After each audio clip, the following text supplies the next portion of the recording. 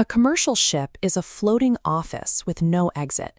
In this completely isolated, closed system environment, workplace culture is a direct survival mechanism. This slide highlights a key vulnerability. A toxic work culture directly contributes to high rates of employee turnover and damages strategic results. Looking at the final point, this rapid crew exhaustion is a very common issue across the shipping industry. You cannot fix a failing ship by simply printing thicker manuals and enforcing more rules. Retaining a crew requires balancing procedural logic with human perception. To build a sustainable maritime operation, organizations have to master two distinct forces. Think of them as the blueprint and the weather. The blueprint is the organizational culture, the strict procedures and values dictating exactly what tasks need to be done. The weather is the organizational climate, the internal psychological environment that dictates how the crew actually feels while doing those tasks. Let's start with the blueprint.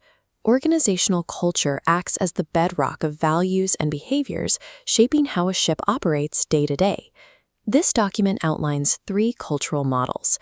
First is collegial, relying on teamwork and agreement. Leaders use a satisfaction style to maintain harmony. Down in the formalistic culture, priority shifts to documentation and evaluation. A task security style tightly regulates behavior for stability and control. The third type, the personalistic organizational culture, centers on the individual.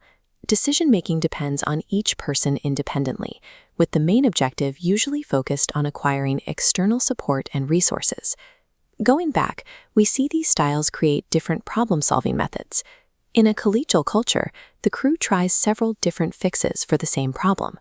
In a formalistic culture, there is exactly one rigidly documented solution for that scenario. But a perfect set of formalistic procedures won't keep a ship running if the internal atmosphere is hostile to the crew. As this text notes, while culture tells you the procedures needed to accomplish a task, the climate is responsible for how the individual feels while carrying it out. This list defines human characteristics dictating a working climate. Number 1, employees need to feel their occupations are meaningful. Second, they need to feel control over their daily work activities.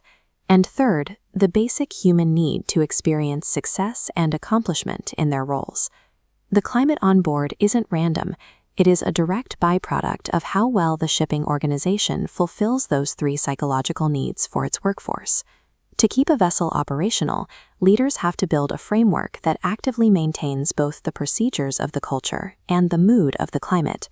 This overview shows the first step is encouraging commitment. Shipping organizations must integrate sustainability, their social and environmental footprint, into their core strategy.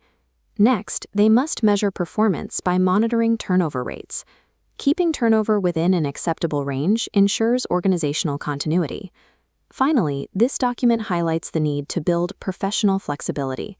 Equipping the crew with this understanding increases emotional intelligence. In practice, this directly reduces stress, cuts down on turnover, and improves mental and physical energy.